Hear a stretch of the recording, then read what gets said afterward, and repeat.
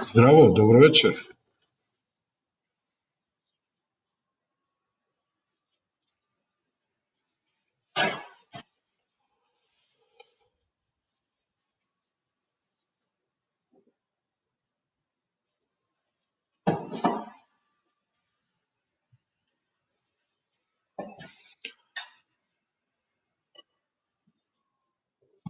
Дали сите си направивте кафе?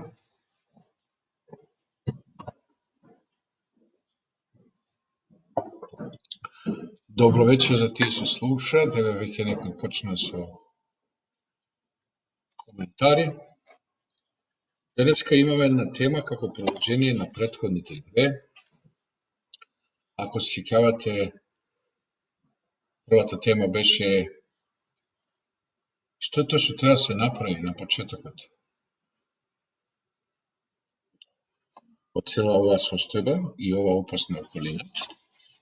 И пред се зборувавме за тоа дека треба прво секој да си го види кај себе однос на бизнисот, што го чекат во наредниот квартал, точно да пресмети како ќе биде успорена неговата работа, ако биде успорена, и како да биде сигурен што треба да направи во овој прв квартал. Второ што рековме дека е многу важно да знае дека се тоа ќе заврши и дека не ја стопира комуникацијата. И трето, да одржува добра атмосфера. Да, Сузана, така е, видиш како добро се сеќаваш. И трето, како да се одржува комуникацијата и полека да се гради еден социјален капитал кој што ќе обстојува, ќе комуницира со цел да разменува и полесно да го помине она што не очекува април, мај, може би и јуни. Второто предавање клучно беше што е улогата на предприемништво и дали таа улога сега е променета.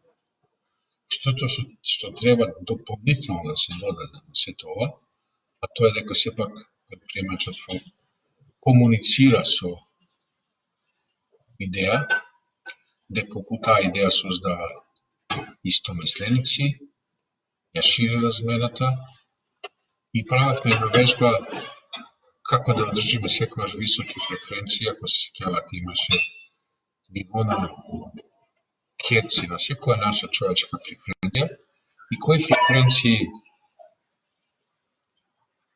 се добри, кои се тие фреквенции кои што не одржуваат повеќе жив, а истовремено го стопираат вирусот да не напаѓа, не само тој, него и било кои други вируси и бактерии, а кои се тие фреквенции или човечки емоции кои што го привлекуваат.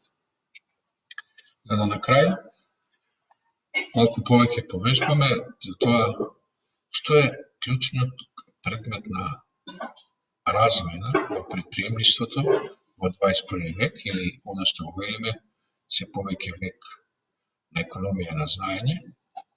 И рековме дека клучниот ингредиент или состојка на размената и бизнисот во 21 век е вниманието. И тоа каде ќе го насочиме? Тоа го креираме. Дадовме некои примери како тоа се случува во секојдневниот живот на човекот. Рековме дека на сите ни се случува и правило е дека ќе помислиш на некој и ќе ти се јави во текот на денот, ќе се сретнеш со него или ќе напишеш некоја понуда со некоја сума, па ја прешкрташ, па ќе ја испратиш. И што се случува? На крај излегува дека баш таа сума што прво што си ја прешкртала, таа била предмет на договорот и на работата. И рековме дека постојат некои правила, тие се дека ако нешто се случува на сите луѓе и тоа што се случува не само еднаш, не може да биде тоа случајност, туку веќе имам некои правила и дека тоа е наука. И сега, што сакав да ги надоградам овие први две предавања? сакав со темата кои се тие две клучни варијабли од кои што зависи успехот на предприемачот. Што е тоа на што треба он да посвети внимание во оваа состојба на изолација, ако сака со успех тоа што го прави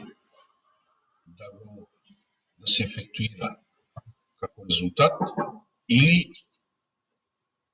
како ефект на тоа што го посакува, а не тоа што не го посакува. Дали може да биде ова интересно?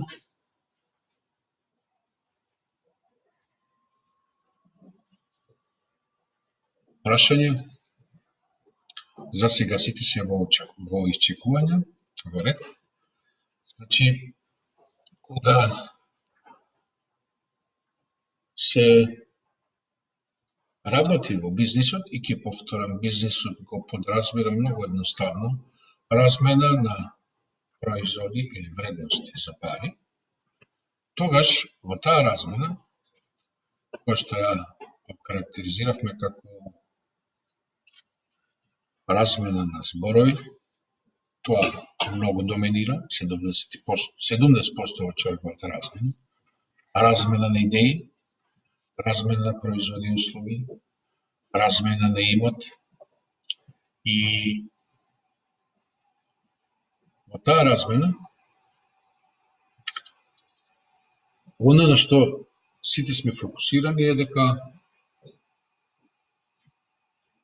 најважна е размената на производи и услуги, затоа што првите две се малку потешки професии, врз основа на нив да се обезбедува успех во бизнисот.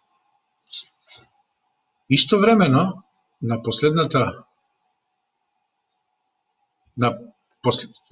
предходното јавување, второто, рековме дека секој еден кој ќе влезе во некоја размена или бизнис, само одлучува кој статус ќе го преземе, која позиција. Дали ќе биде работник, што значи дали ќе ги прави самите производи што ќе биде предмет на размена, дали ќе биде менаџер, односно да ги организира луѓето, да се создаде производ и да се продаде производ, пред се продажбата. И третото ниво е предприемач, кој што разменува идеја, врз основа на која се создава имот во текот на бизнисот, во предпријатие или друга правна форма, и после тоа го продава, рековме како што е. Како почна од Facebook од нула, стана голем износ. Па и секоја фирма што и постои кај нас, сите почнале со некој помал капитал, да после 5 или 10 години капиталот на фирмата стане поголем, и ако некој собственик го продаде, автоматски ќе биде во состојба и да заработи, помеѓу тоа со колку пари почнал и колку пари го продал предпријатието.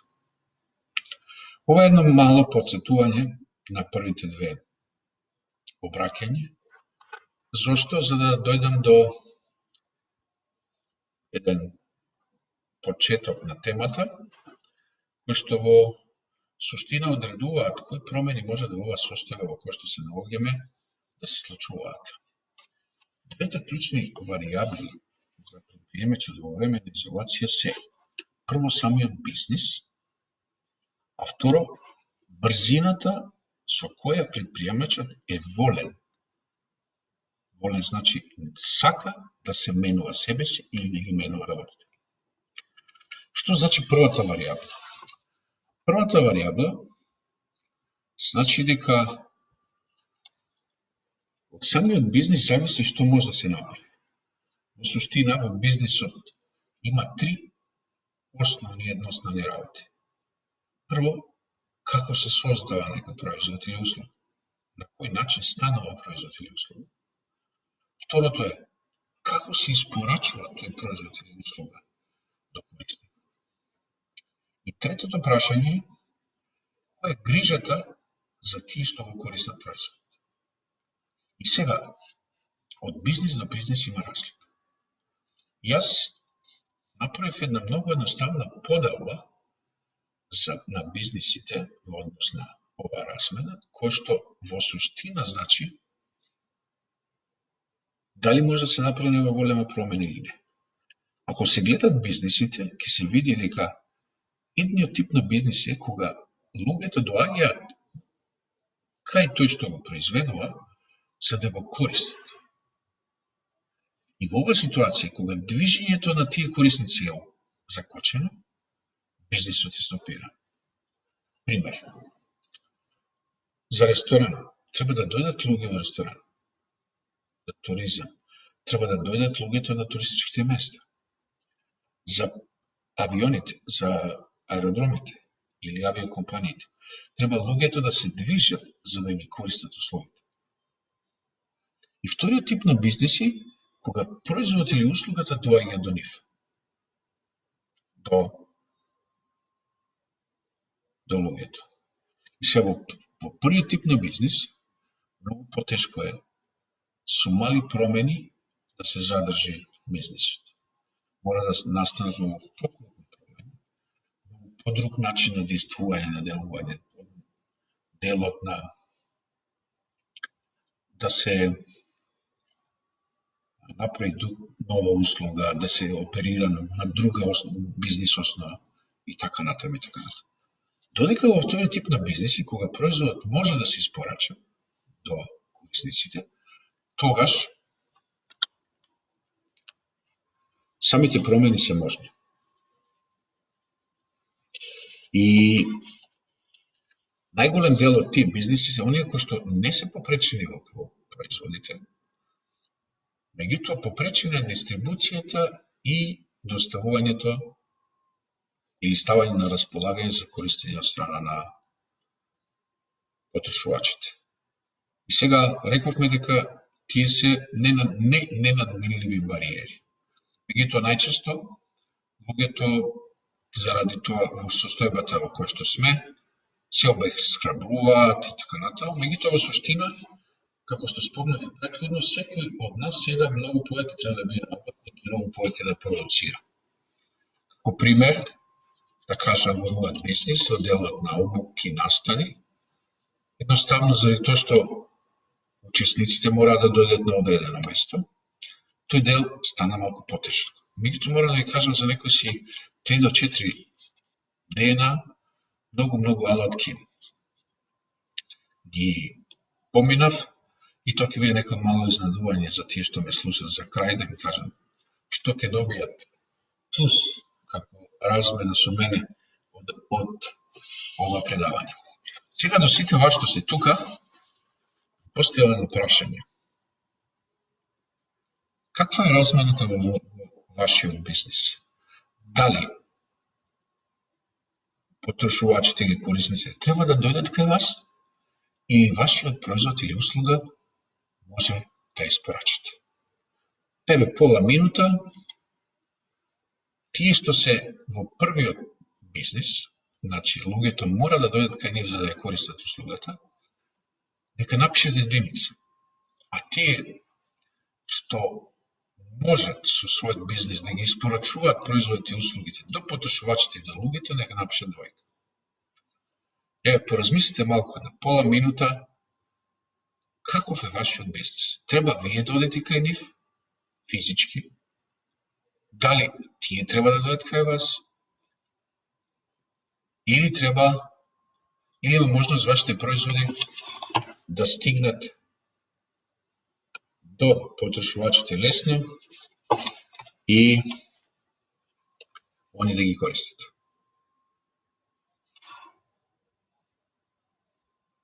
Само еден одговор.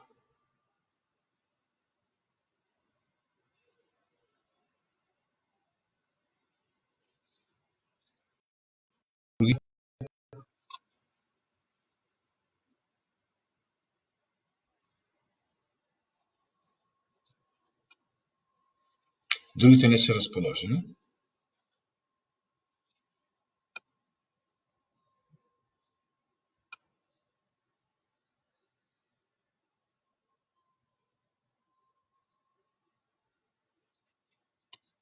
Уште 10 секунди.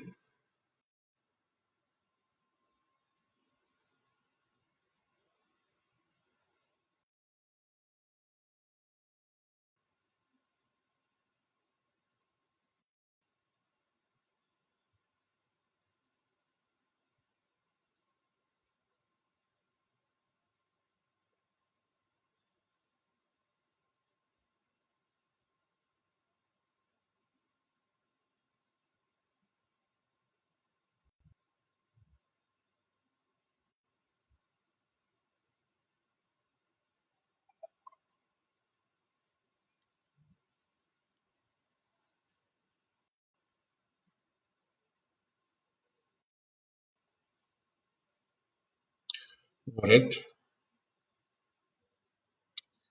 Благодарам на тие што одговорија. Сега би отишол на другиот фактор. А тоа е брзината со која што предприемачот сака да се менува. Видите сега, што би значило тоа? Не се работи за желба, него волност како постојана состојба со која брзина предприемачот е волен да се менува самиот, да го менува својот бизнис и на тој начин ја менува околината во која што функционира. Еве како подсетување, што би значило тоа како пример. Познавам луѓе кои велат, ајде сега не е време за тоа. Иако негов бизнисот, иако он тоа го работи. Може би ви се познати тие работи. Втората работа е, ајде да почекајме уште некој ден, да видиме како ќе излезе работата. Гледа сега може едно да се случи, друго или трето. Ајде си почекаме, што е сигурно, сигурно е.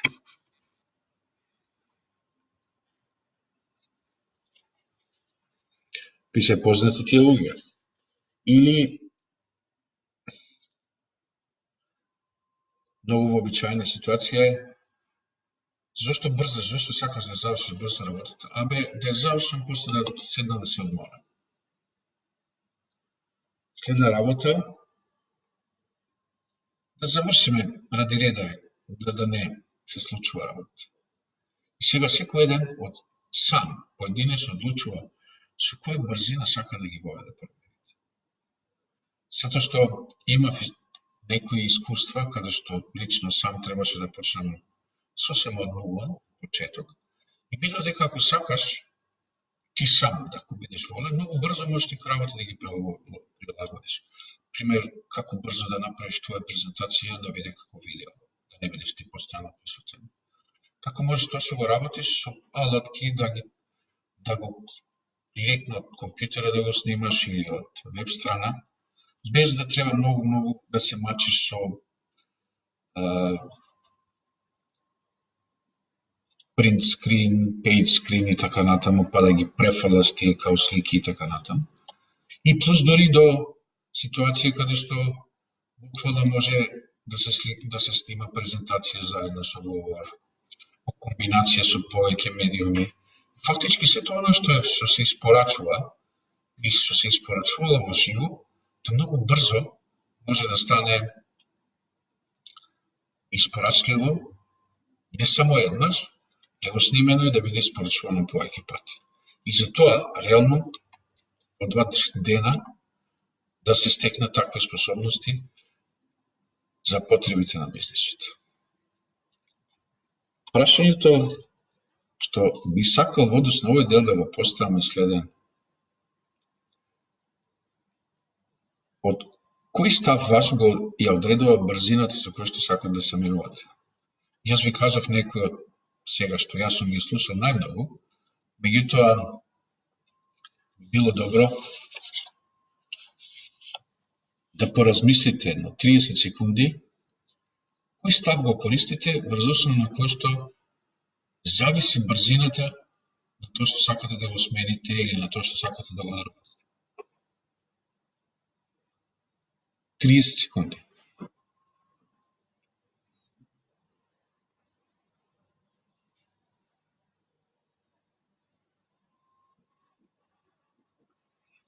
Би било убаво некој да каже некој став што го користи. Дали став што го забрзува работата, став што го спорува. Не мора да биде само за нови работи, не може да биде само за промени, туку и кога се извршуваат некои работи во традиционално тоа што го работиме, вообичаено.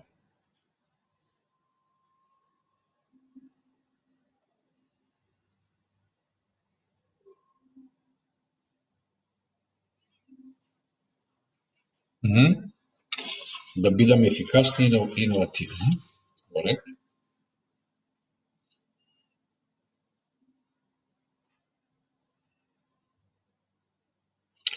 Јас само го кажав оно што го имав како искуство до сега. Најчесто ајде да почекаме уште некој ден да видиме што ќе биде. И автоматски тоа ја одредува брзината.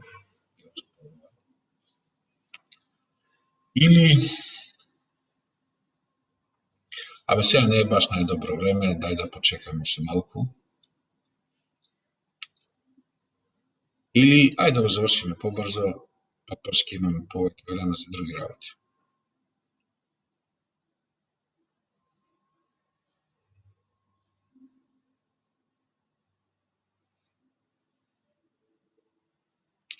Благодарам на сите. Меѓутоа, од овие два клучни фактори зависи ова ситуација што може да правиме и како тоа да го направиме. Од двата фактори на кои што може да се влие, предност му давам на вториот. Секој од нас има поголема моќ да влие на вториот фактор, со која брзина сакаме да ги минуваме работите. И ако тука внесеме поголема брзина, што би значило тоа? Повеќе работи да завршим од текот на денот, повеќе нови работи да внесам. И што е најважно, ова што Сузана го коментира е, да како постојано да ги одржувам односите со клиентите. Че многу комуникација се оправа, меѓутоа во суштина би требало да се одржи комуникација со клиентите. Дури од Facebook добив скоро едно, како да кажеме, упатство за одржување на бизнисот. Беше мило што оваа работа, што ја зборувам, беше втора. Првата работа беше да остане здрав и жив. Втората работа беше одржувајќи контактите со клиентите. Третата испорачува колку што е можно повеќе и грижи се за клиентите. И 5 работи, од кои што 3 веќе во овие зборувања ги пренесував и ги презентирав. Дали ви се случило на вас, оно што го чувствувате дека е важно да се направи, после да слушнете дека и некој друг тоа го прави. Еве да ви кажам еден пример, дека во комуникација последните 2-3 дена ми кажа за една фирма дека со години не сакала да отвори веб продавница, односно електронска продавница во која што ќе има и плаќање. Работата си ја терале со нарачка по пошта, па ќе ги испорачат, па после поштата им ги враќа парите. И са видите ситуација. Она што го одовлечувале со години, сега во оваа ситуација го направиле за 4 дена. За 4 дена успеале да ја направат целосно функционална таа продавница и да сега може да се нарачува, да се плаќа, да се купува многу побрз начин. И она што ми беше клучното дека брзината со која што ги правиме работите, брзината со која што ги менуваме работите кај нас, прво себе си, па после тоа нашата најблиска околина и третата последна работа, тоа како ги менуваме односите во пошироката околина, сепак ја одредуваме ние. И колку повеќе сме контоориентирани со своето внимание, толку повеќе доаѓа до израз така наречената дисциплина или самодисциплина. Јас знам дека сега сите многу повеќе се фокусирани дека сабота и недела никаде ќе не може да излеземе, дека се повеќе околината не ограничува во движењето, меѓутоа она што би биле клучни две работи поврзани со овие варијабли или она што би рекли променливи, кои што првата е не толку зависна од нас, бидејќи како е поставен бизнисот, како другите го гледат бизнисот, што очекуваат другите од таа размена во бизнисот, многу помалку зависи од нас. Меѓутоа втората, брзината со која што ќе одговориме на тој бизнис кој што сме го избрале, брзината со која што ќе внесеме нешто наше во тоа, примерно зборот иновација, веќе една спомнав, не значи само нешто ново. Зборот иновација во своето потекло значи да направиш нешто што ќе биде по форма и однесување различно од другите. А во оваа ситуација тоа е можно. Иако помалку може да се влие на околината и на бизнисот, со втората варијабла, брзината за која што некој воле нешто да направи или да промени, одлучува што ќе биде ефектот од ангажманот негов сега во оваа ситуација. И заради тоа, постојат неколку чекори што некој што сака да ја дефинира оваа брзина, би требало да ги размисли и да ги направи. Првиот чекор е, како што реков, да биде работник и да продуцира или да промовира, ако веќе има. И оно што го видел дека оние бизниси, каде што производството не е закочено, имаат големи шанси онлайн да ги одржуват контактите со купувачите и потрушувачите, со специализирани доставувачи, да ги доставуваат нарачките, што значи в тој дел може да се организира онлайн. Втората работа, доколку сте во состојба да го правите тоа, покрај продукцијата би требало втората работа што треба да се направи, што е тоа што треба да го промените сега. Значи, кога некој прави промени, мора да направи еден список, што е тоа што повеќе нема да го прави, направи еден список, што е тоа што повеќе нема да го прави, а што е тоа што мора повеќе и посебно да го прави. И тие промени се однесуваат на неколку области. Времето што го користиме, во текот на денот, како сме организирани. Второ, во оваа ситуација, секој еден што се сака да направи промена, мора да уведе во својот распоред време на учење. Примерно, работејќи како консултант, една од причините или, да кажем, условите, дали би се зафатил кај некого да гарантирам резултат од консултантската работа, беше од неговата спремност дали сака нешто научи. Има многу луѓе кои што се толку убедени дека се знаат и дека као вика да, јас нонстоп се учи, цел живот учиме, меѓутоа реално не посветиле време на учење. Што е разликата помеѓу оно што мисли дека учи и тоа што стварно учи? Пошто нема човек кој би рекол не бе постојано се учиме, постојано правиме нови работи и така натаму. Меѓутоа постои една клучна разлика во тоа.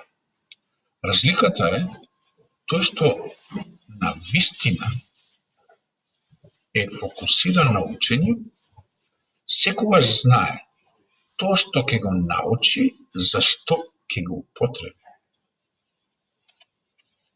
А оние што викат цело време учиме, постојано учиме, кога ги прашате добро, што е сега учиш, ај до некаде 50% ќе кажат дека знаат што е тоа. Ама кога ќе ги прашате добро, зашто ќе го искористиш тоа кога ќе го научиш? Најчесто тој дел во оние што одлучуваат нешто да одат да учат, моето прашање секогаш е: ќе те кошти таа обука толку пари? За колку време тие пари ќе си ги вратиш? Нема одговор. И во таква ситуација, што ни кажува? Дека тој што учи не знае тоа што ќе го научи, зашто ќе му треба и како да го употреби во полза на неговиот бизнис или не. Значи, тие се двете работи, времето и тоа што го учиме, да знаеме како, зашто ќе го користиме. Третата работа е да се подготвиме да испорачуваме. Значи, да не продуцираме само кога ги имаме нарачки, него точно да биеме во состојба, доколку цела оваа состојба прекине, како да бидеме во истиот момент во состојба да испорачуваме она што е дел од нашиот бизнес. Затоа што може во еден момент се да се отргне, да се ослободат бариерите и оние кои што се подготвени да испорачуваат ќе бидат многу поголема предност отколку оние што тогаш во тој момент ќе почнат да го прават. И следната работа да после тоа се воведе дисциплина. Тоа значи да се воведе дисциплина. Зборот дисциплина значи учење.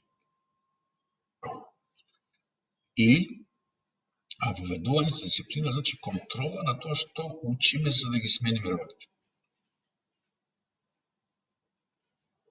И сега во последно време се користи зборот покрај дисциплина само дисциплина. Во смисла, дисциплина е кога некој друг ти ги поставува правилата, ти се однесуваш. Само дисциплина кога ти сам си ги поставаш правилата и се држиш до тие правила распоред и време. И од сите овие работи, една многу важна работа, како последна од овие 4, тие што сака да забрзат брзината како резултат на својата волност да направат поголеми промени, а тоа е, иако изгледа дека сега работите се поспори, многу е важно да уведеме систем да ги економизираме сите работи. Тоа значи не само пари, економизирање на времето, кој не е на располагање, економизирање на енергијата која имаме, било да сме добро расположени, не значи тоа само одма да ја трошиме, и така, преку тоа економизирање, многу повеќе работи ќе завршиме и ќе ја зголемиме брзината со која што ги минуваме работите. Пример, би сакал сите оние што ме слушаат, како една размена со вас, е да ви покажам се тоа што го зборувам, како јас го применив, и оние што се заинтересирани, би им испорачал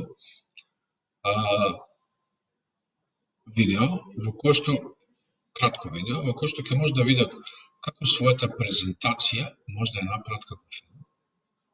Второ, како можат од веб страна или од текстови своји во компјутерот, од мониторот, да си направат исто така филм, кој што ќе го, без многу техники, и кој што може после да го префолат на презентација и да го користат. И на крај,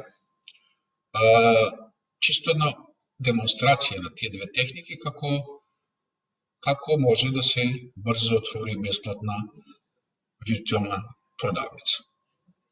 Тие се 3 работи што за оние што ме слушаат ќе добијат плюс размена, што тоа што во наредниот период би сакал ако може тие што се заинтересирани за ова да пуштат било број или само да, за да можам да им го пратам линкот и да го гледате.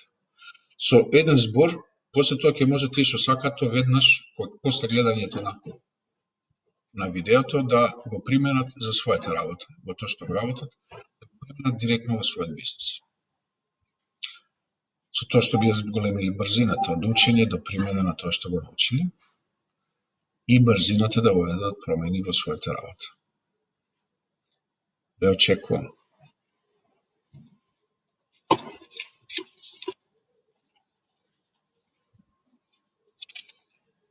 Со изјаснување исто така со поставање прашање.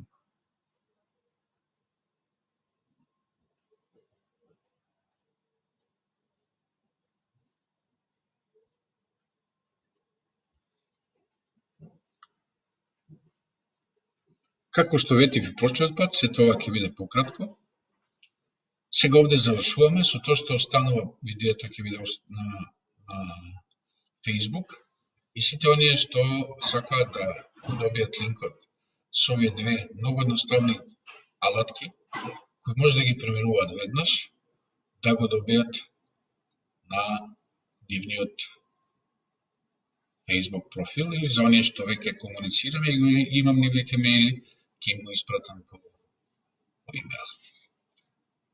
Бидете ми живи и здрави, поздравени, расположени, ќе ни треба многу високи фреквенции во текот на овој на викенд на седење дома. Поздрав до сите уште еднаш и се најубаво.